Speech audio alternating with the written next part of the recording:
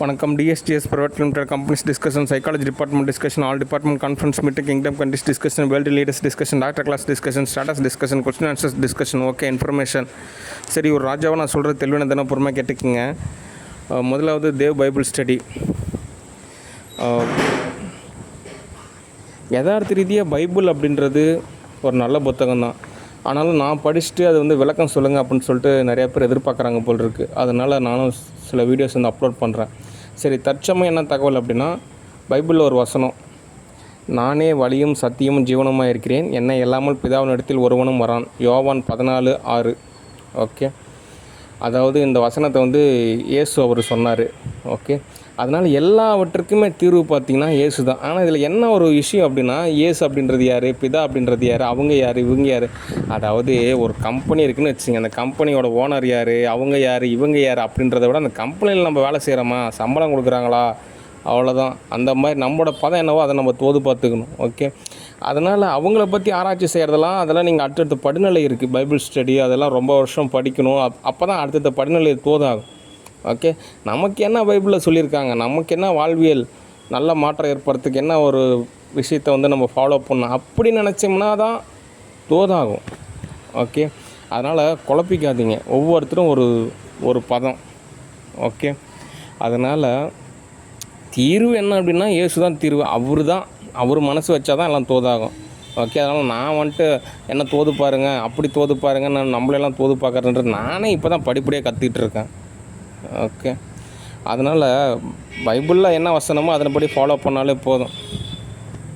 Okay, சரி, அடுத்த தகவல், ஸ்டூடியோ டிஸ்கஷன். ஸ்டூடியோ பொறுத்த வரைக்கும் கலை படைப்பு ஓகே, யதார்த்த ரீதியாக காசு தான். ஓகே, அதனால் ஒரு டைரக்டாக நான் சொல்கிறது தெளிவானதை நான் பொறுமையாக கேட்டுக்குங்க. தங்கம், வெள்ளி, வைரம், வைடூரியம், முத்து, பவளம் ஓகே தான். ஆனால் இருந்தாலும் ஒரு டைரக்டரு, ஒரு ஆர்டிஸ்ட்டு அப்படின்றப்போ நான் சொல்கிறத நீங்கள் சரியாக புரிஞ்சுக்கணும். ஓகே, அந்த வகையில் முதலாவது சோப்பனாங்கி டிஸ்கஷன். சோப்பனாங்கியை பொறுத்த வரைக்கும் ஒரு பொதுத்தளத்தில் அப்பா அம்மா கண்டுக்கலை, ஹஸ்பண்டு எனக்கு பிடிக்கல, ரூட் தி ஆஃபீஸ் எனக்கு தோதாகலை, நீங்களாவது எனக்கு தோது பாருங்கள் அப்படின்னா எப்படி தோது பார்க்குறது? ஓகே, அதனால் இப்போது நீ வாழ்ந்த உலகத்தை பொறுத்த வரைக்கும் காசு கிடையாது, எந்த தேவையுமே கிடையாது. ஓகே, ஆனால் எர்த்து அப்படி கிடையாது. இங்கே காசு தேவை, நிறையா வகையில் தோது பார்க்கணும். ஓகே, அதனால் உனக்கே காசு எல்லாத்தையும் அது நாங்களாம் உனக்கு கொடுக்குன்னு நினைக்கல. அந்த சோனாலிக்காவிலேருந்து ஒரு 1,00,000 உனக்கு ஸ்பான்சர் பண்ணாங்க. அது ஏன் அப்படின்னா அவங்களுக்கு பட்டர்ஃப்ளை ஆகாமல் அவங்க தோது பார்த்துக்கலாம் அப்படின்னு தான். ஆனால் யதார்த்த ரீதியாக உனக்கு எதுக்கு காசு? ஓகே, ஆனால் ஸ்டூடியோவில் தோது பார்க்கலாம் அப்படின்றப்போ அதில் நிறையா எரர் ஏற்படுத்த சான்சஸ் இருக்குது. அப்போ என்ன தீர்வு அப்படின்னா நேரில் சந்திக்கணும். ஒரு 3 மாதமாவது நிறையா ஈஷா ரிஜுனேஷன் சென்டர் இந்த மாதிரி நிறையா ட்ரீட்மெண்ட்லாம் இருக்குது. அதெல்லாம் முழுமையாகணும். அதுக்கப்புறம் தான் அந்த கேரக்டருக்கு உண்டான ஒரு ஆரா ஓரளவு தோதாகும். அதுக்கப்புறம் தான் மூவிஸ் அப்படின்றது தோதாகும். என்ன கேட்டிங்க அப்படின்னா உங்களோட பதத்துக்கு மூவிஸ் எதுக்கு அப்படின்ற மாதிரி ஒரு கொஸ்டினாக இருக்குது. அதனால் ஒரு சகஜமாக பேசலாம், பழகலாம். அதுக்கு இந்த மாதிரி யாராவது ஒருத்தர் உங்களுக்கு ஸ்பான்சர் பண்ணணும் அப்போ தான் தோது பார்க்கணும்னு நினச்சிங்கன்னா தோதாகாது. ஓகே, ஒரு வாட்ஸ்அப்போ எதெல்லாம் பேசணும், பழகணும், நேரில் சந்திக்கணும், அப்போனா தான் தோதாகும். அதனால் ஸ்டூடியோலாம் தோது பார்க்கலாம்னு நினைக்காதீங்க. ஓகே, அடுத்து ஒவ்வொரு நாளும் காலை, மாலை, மதியம், இரவு அப்படின்னு உங்கள்கிட்ட செல்லம் கொஞ்சறதுக்கு நாங்கள் ஸ்கூலுக்காக போயிட்டுருக்குறீங்க. நல்லா 7 கழுத வயசாகிடுச்சு. இதுக்கப்புறம் நீங்கள் தான் உங்களை கேர் செஞ்சுக்கணும். நான் எதுக்கு உங்களை கேர் செஞ்சுக்கணும்? ஓகே, அதனால் கேஷுவலாக இருங்க. மனசை போட்டு வருத்திக்கிட்டு என்ன கிடைக்க போகுது? என்ன அப்படி ரூட்டி ஆஃபீஸில் உங்களுக்கு என்ன அப்படி கிட்டத்தட்ட ஒரு 10,000 கோடி எழுதி வச்சுருவாங்களா சொத்து? சும்மா ஏன் டைம் பாஸ் பண்ணிகிட்ருக்குறீங்க? சகஜமாக இருங்க. ஓகே, அதனால் எரர் ஏற்படுத்தாதீங்க. நானாக தோதாகிறப்ப கூப்பிடுவேன், பேசுவேன். மற்றபடி நான் உங்களை கூப்பிடல அப்படின்னா நீங்களே புரிஞ்சுக்கணும். ஓகே, அடுத்து பொதுத்தளத்தில் தான் உங்களுக்கு மரியாதை வேணும்னா நீங்கள் பொதுத்தளத்தில் போயிருங்க. ஓகே, ஏன் அப்படின்னா நம்மளை நேசிக்கக்கூடிய ஒரு நபர் நம்ம நல்லதுக்கு தான் நிறைய விஷயம் சொல்லுவோம் அப்படின்றப்போ அந்த ஒரு பண்பு இருக்கணும். அப்போது அப்படி சொல்லிட்டாருங்களே அண்ணா, சரி சொன்னால் சொல்லிட்டு போகிறாரு. அவர் டைரக்டர், அவர் சொல்கிறதுக்கு உரிமை இருக்குது. அதனால் என்ன அப்புடின்னு சொல்கிற ஒரு பண்பு இருந்தால் தான் பரவாயில்ல. இப்படியெல்லாம் வந்துட்டு ஒரு வீம்பா ஒரு போட்டி, பொறாமை, ஒரு லைக்ஸு அப்பெல்லாம் தோது பார்த்திங்கன்னா தோதாகிறது நிச்சயமாக சிரமம். அதனால் கேஷுவலாக இருங்க. ஓகே, உங்கள்கிட்டே பேசிகிட்டு இருந்தால் எனக்கு எதுவும் தோதாகாது. அதனால் அடுத்தடுத்த விஷயத்தை நான் தோது பார்க்கணும். நானே ஒரு பதமாக இருக்கிறப்ப நானே கூப்பிடுவேன். ஓகே, புரிஞ்சுக்கணும். ஓகே, சரி, அடுத்த தகவல். Actor Soori discussion. அதாவது தங்கம், வெள்ளி, வைரம், வைடூரியம், முத்து, பவளம் அதெல்லாம் அப்புறம். ஒரு டேரக்டராக நான் சொல்கிறது கேளுங்க. ஓகே, அதாவது காமெடி நடிகராக இருந்த ஒரு ஹீரோவாக இருக்கார். ஆனால் ஹீரோவானதுக்கப்புறம் ஹீரோவுக்கு உண்டான எந்த ஒரு பண்பும் அப்படி இருக்கான்னு கேட்டால் ஒரு கொஸ்டினாக தான் இருக்குது. கொட்டுக்காளி பாடம் நடிச்சுட்டு தேனி மாதிரி எல்லாத்தையும் கொட்டிக்கிட்டே இருக்கிறார். அதனால் முதலாவது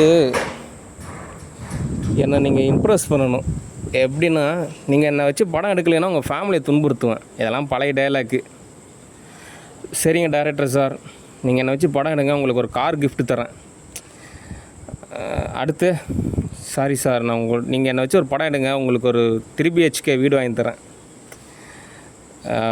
இதெல்லாம் நிறைய பேர் சொல்லிட்டாங்க. அடுத்து, டைரக்டர் சார், நீங்கள் என்னை வச்சு ஒரு படம் எடுங்க, 1 ஏக்கர் நிலம் எழுதி வைக்கிறேன். அப்படியா? அடுத்து, டைரக்டர் சார், நீங்கள் என்னை வச்சு படம் எடுங்க, நான் காலம் பூரா உங்களுக்கு ஒரு நன்றி உணர்வாக இருப்பேன்.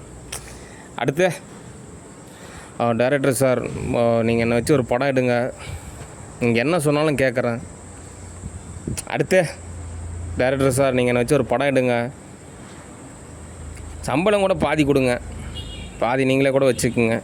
அடுத்து, என்ன சொல்கிறேனே தெரிலைங்க டைரக்டர் சார், என்னை தான் இம்ப்ரெஸ் பண்ணால் தான் நான் அவங்கள வச்சு படம் எடுப்பேன். ஓகே, அதனால் ஆரம்ப காலத்தில் எனக்குமே இருந்தது ஸ்டூடியோ, நடிக்கணும், டைரக்டர், காசு அப்படிலாம். இப்போலாம் நிறையா விஷயத்தை நான் கடந்து வந்ததுனால எனக்கெல்லாம் உலக நாடு ஸ்டூடியோவே எனக்கு போதுமானதாக இருக்குது. ஓகே, அதனால் ஒரு நியூக்ளியர் வெப்பன் பயன்படுத்துகிற சூழ்நிலையான ஒரு நிலப்பரப்பு ஒரு விதத்தில் தோதாகிற மாதிரி ஏற்படுத்தினா கூட சரி, இந்த நாடு இல்லைன்னா என்ன இன்னொரு நாடு அப்படின்ற பதம் தான் எனக்கு. ஓகே, அதனால் ஓவராக வந்துட்டு ஒரு சினிமா மேலே பற்று அப்படிலாம் கிடையாது. என்னை ஏதோ இம்ப்ரெஸ் பண்ணிங்கன்னா, ஏதோ உங்களுக்குன்னு அந்த யூனிவர்சலில் பர்மிஷன் இருந்துச்சுன்னா நான் ஒரு மூவி எடுப்பேன். ஓகே, அவ்வளோதான் கேஷுவலான ஒரு விஷயம்.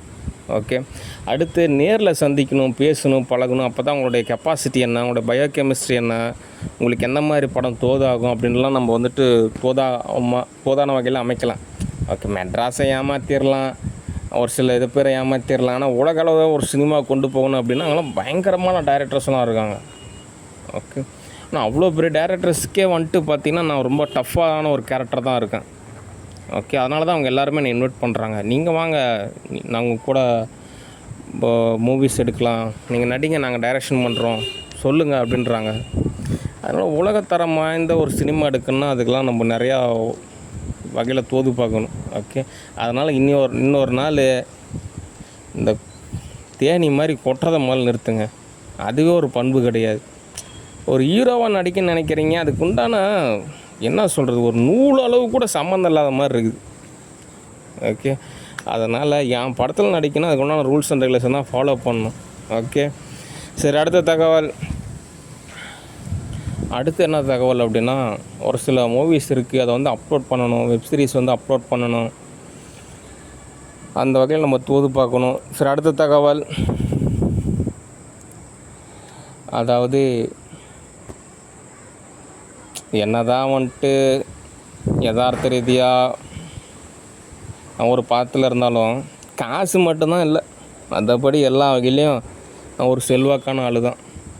அதனால் எனக்கு வந்துட்டு நான் வந்து நிச்சயமாக கோவப்படுவேன், என்னை இப்படிலாம் பண்ணிட்டாங்களே அப்படின்னு. ஆனால் ஆக்டர் விஜய் இப்போ முதலமைச்சருக்கு அவரில் அப்படி நினைக்க மாட்டார். உடனே எல்லாத்தையும் மறந்துடுவார், அடுத்த நாள் காலையில் மறந்துடுவார், பேசுவார், நீங்கள் சொல்லுங்கள் நாங்கள் கேட்டுக்கிறோம், அந்த பதம்லாம் இருக்கும்.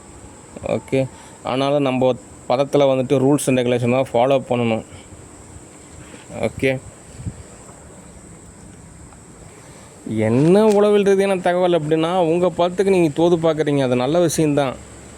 ஆனாலும் நீங்கள் என் பதத்தில் நீங்கள் தோது பார்த்தா தான் எனக்கு வந்து ஒரு வகையில் தோதாக இருக்கும். ஓகே, எனக்கு தகுந்த மாதிரி நீங்கள் தோது பார்க்கணும். அப்படின்னா தான் கரெக்டாக இருக்கும். ஒரு நாளோட பொழுதா பட்டர்ஃப்ளை அட்டாக் வாங்கக்கூடாது, அந்த நாளை வந்து மெல்லமாக கடக்கணும், அதுக்கப்புறம் பொறுமையாக தோது பார்த்துக்கலாம் அப்படின்றதெல்லாம் ஓரளவு நல்ல விஷயந்தான். ஆனால் இங்கே எதிரி யார்? யார் எதிரி? எனக்கு ஒன்றும் புரியல. தமிழ்நாட்டில் இத்தனை பேர் இருக்காங்க, யாருங்க எதிரி? தமிழ்நாட்டுக்கு யாருங்க எதிரி அப்படின்னு கேட்டால் யாருமே கிடையாது. சும்மா வந்து அந்த ஒரு சண்டையில் கிளர்ச்சியானதுனால அந்த ஒரு மனநிலை ஏற்பட்ட ஒரு உணர்வு, அப்படிலாம் யாருமே கிடையாது. எதிர்கட்சிக்காரங்க கேட்டிங்கன்னு வச்சிங்க, நல்லது பண்ணுங்க, நாங்கள் உங்களுக்கு ஆதரவு தர தான் சொல்லுவாங்க. எடப்பாடி பழனிசாமி கேட்டால் அவரும் ஆதரவு தான் சொல்லுவோம். அப்படி யாருமே எதிரி கிடையாது. அப்படி எதுக்கு தயக்கம்? நல்லது பண்ணலாமே அப்படின்ற ஒரு கான்செப்டு தான். ஓகே, ஆனாலும் நான் ஒரு தகவல் சொல்லலான் இருக்கேன். ஒரு 1000 பிஸ்னஸ் லிஸ்ட்டை வந்து ரெடி செய்யலான் இருக்கேன். அப்போ தான் வந்துட்டு தோதாகும். ஓகே, அடுத்து செயல் தான். நிறையா செயல் செய்யணும், நிறையா நலத்திட்டங்கள் உருவாக்கணும், அப்படின்னா தான் தோதாகும். ஒரு ஃபார்மாலிட்டிஸ் வந்து யூகே சிஸ்டத்தை ஃபாலோ பண்ணாலுமே கொஞ்சமாவது சரி ஓகேங்க, பேசுனது பேசியாச்சு சட்டமன்றத்தில், வாங்க வணக்கங்க, ஓகேங்க, ஓகே சரி, நான் கொஞ்சம் தலைமை செயலகம் போகணும், கொஞ்சம் வேலை இருக்குது, இன்றைக்கி எப்படியாவது ஒரு 10 நலத்திட்டங்கள் ஆரம்பிக்கணும், அந்த ஏரியில் தண்ணி எடுத்து விடணுமா, சரி ஓகே, அந்த ப்ராஜெக்டோட காசு ரெடி பண்ணிட்டீங்களா, என்னங்க தோது பாருங்கள், சைன் பண்ணுறேன், ஓகே அடுத்தது என்ன, இப்படி தான் நீங்கள் தோது பார்க்கணும். ஓகே, ஒரு நாளைக்கு ஒரு 10 நலத்திட்டமாவது செயல்படுத்தணும். ஓகே, அப்போனா தான் வந்துட்டு நிறையா வகையில் தோதாகும். ஓகே, சரி, அடுத்த தகவல். அடுத்து ஆக்ட்ரஸ் நயன்தாரா பொறுத்த வரைக்கும் ஒரு நல்ல ஆர்டிஸ்ட்டு தான், நல்ல ஒரு டெடிக்கேட்டடான ஒரு பர்சன். ஓகே, ஆனாலும் வந்து பார்த்திங்கன்னா இந்த யூனிவர்சலில் வந்துட்டு ஒரு புரியாத ஒரு நிலையால் தான் துன்பம் ஏற்படுது. ஓகே, அதனால் நான் வந்து பார்த்திங்கன்னா மேக்ஸிமம் வந்துட்டு யாராருக்கெல்லாம் என்னென்ன காசு தேவையோ, என்னென்ன தகவலோ அதை நான் வந்துட்டு ஓரளவு கரெக்டாக தோது பார்த்துருவேன். ஓகே, ஆனால் இவங்க வந்துட்டு தோது பார்க்க வேண்டிய நிலையில், சரி ஓகே டேரக்டர் சார் நமக்கு ஒரு மூவி புக் பண்ணிட்டாரா, சரி ஓகே இப்போதைக்கு ஒரு செலவுக்கு வந்துட்டு ஒரு 10,000 காசு அனுப்பலாம், அதுக்கப்புறம் ஓரளவு தோது பார்த்துக்கலாம், இப்படி ஒரு அந்த ஒரு பதத்தில் வந்து மேட்ச் ஆகணும். ஓகே, அப்படின்னா தான் தோதாகும். அதாவது இந்த மதுரைக்கெலாம் போயிருக்கீங்களா? அந்த மதுரைக்காரங்களாம் ஒருத்தர் இருப்பாங்க, இந்த விஜயகாந்த் நடிகர், அவரு கூட பாடுற மதுரைக்காரர் தான். அந்த வடிவேல் ஒரு மதுரைக்காரர் தான். நிறையா சினிமா ஆர்டிஸ்ட் மதுரைக்காரங்களாம் இருக்காங்க. ஆனால் ஒரு உள்ளார்ந்த ஒரு அகநிலையில் ஒரு பண்பு இருக்குது. என்ன அப்படின்னா, ரொம்ப ஒரு இணக்கமாக கேஷுவலாக இருப்பாங்க. ஓகே, இப்போ நான்லாம் கேள்விப்பட்டிருக்கேன், சென்னை வந்தபோது இந்த விஜயகாந்தருடைய ரசிகர் மன்றம் அலுவலகத்துக்கெலாம் போனால் எல்லாருக்கும் சாப்பாடு போடுவாங்களாம், ஒரு வரவேற்பாங்களாம். ஓகே, அதாவது மேக்ஸிமம் எல்லோரையும் வெல்கம் பண்ணுவாங்க, அந்த மாதிரி கேரக்டரு. ஆனால் ஒரு சில பேர் எப்படின்னா ஒரு சம்மந்தமே இல்லாத மாதிரி நடந்துக்குவாங்க. ஓ புக் பண்ணிட்டீங்களா, சரி ஓகே,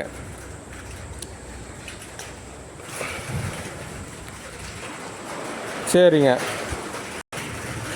அப்படியே வந்துட்டு விலகி போகக்கூடாது. ஓகே, ஒரு இணக்கமான ஒரு வகையில் தோது பார்க்குறப்ப எரர் ஏற்படாது. ஓகே, மற்றபடி இன்னும் நிறையா மூவிஸ் வந்து தோது பார்க்கணும். ஓகே, சரி, அடுத்த தகவல். அதாவது அனாவசியமாக வந்துட்டு ஸ்டூடியோவை பொறுத்த வரைக்கும் ஃபேமிலியை வந்துட்டு இன்வால்வ் பண்ணவே கூடாது. ஓகே, அப்படி ஃபேமிலி இன்வால்வ் பண்ணிங்கன்னு வச்சிங்க, ஆர்டிஸ்ட்டுக்கெலாம் சேல்ரி, நீங்களாம் ஒரு ஷூட்டிங்ஸ் டைமில் நரகத்தை அனுபவிப்பீங்க. தேவையெல்லாம் எதுக்கு ஃபேமிலியெல்லாம் இன்வால்வ் பண்ணுறீங்க? கம்பெனிலாம் அதே மாதிரி தான், ஃபேமிலி இன்வால்வ் பண்ணக்கூடாது. ஓகே, அதனால் ஒரு பதமாக தான் நடந்துக்கணும். ஓகே, சரி, அடுத்த தகவல்.